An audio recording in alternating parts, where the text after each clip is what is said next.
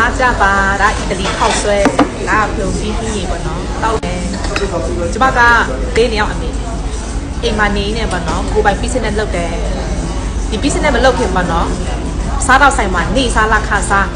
စပွဲထိုးအလုပ်လုပ်တယ်အဲ့တော့ကဆိုရင်ကိုပိုင်အိမ်မရှိဘူးကိုပိုင်ဝင်ငွေရနဲတယ်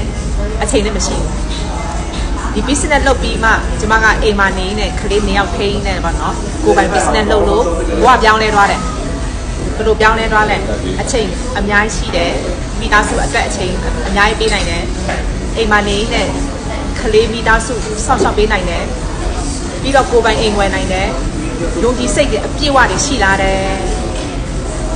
မိခင်များအားလုံးပေါ့နော်အားပေးစေချင်တယ်အိမ်မှာနေနေ